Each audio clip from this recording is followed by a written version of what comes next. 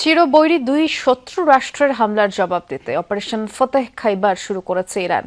একদিকে Tel Aviv, Haifa সহ ইসরায়েলের গুরুত্বপূর্ণ অঞ্চলগুলোয় মিসাইল ছোড়া হয়েছে, অন্যদিকে সৌদি আরব, সংযুক্ত আরব আমিরাত, কাতার, বাহরাইন এবং কুয়েতের ভূখণ্ডে থাকা মার্কিন ঘাঁটিগুলো আইআরজিসির টার্গেট ছিল।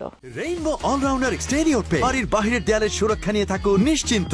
সাথে পাচ্ছেন 10 বছরের ওয়ারেন্টি। ইরানি মিসাইলের বিস্ফোরণে প্রকম্পিত বাহরাইনের বন্দর এলাকা।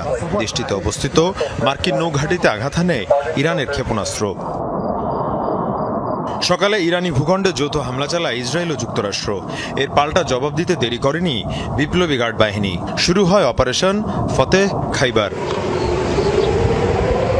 প্রথমে ইসরায়েলি ভূখণ্ড লক্ষ্য করে ছোড়া হয় একের পর এক মিসাইল। টার্গেট করা হয় রাজধানী তেল আবিবের পাশাপাশি হাইফা সহ গুরুত্বপূর্ণ এলাকা। আতঙ্কে বম্ব শেল্টারের দিকে ছুটতে থাকে ইসরায়েলিরা।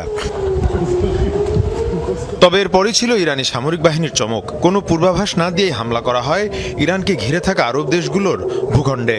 টার্গেট করা হয় এসব দেশে থাকা মার্কিন ঘাঁটিগুলোকে। প্রথমে হামলা করা হয় কাতারে। আতঙ্কে ছড়িয়ে পড়ে মধ্যপ্রাচ্যের দেশটিতে। মোবাইল ফোনে সতর্কবার্তা পাঠিয়ে বাসিন্দাদের সামরিক ঘাঁটি থেকে যত দূরে সম্ভব নিরাপদ স্থানে অবস্থান নেওয়ার নির্দেশ জারি করা হয়। প্রতিরক্ষা মন্ত্রণালয় জানায়, প্যাট্রিয়ট ডিফেন্স সিস্টেমের মাধ্যমে ভূপাতিত করা হয়েছে ইরানের মিসাইল।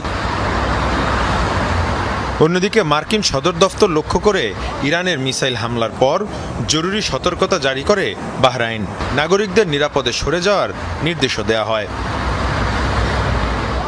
সংযুক্ত আরব আমিরাতের ভূখণ্ড লক্ষ্য করেও মিসাইল ছোড়ে ইরান।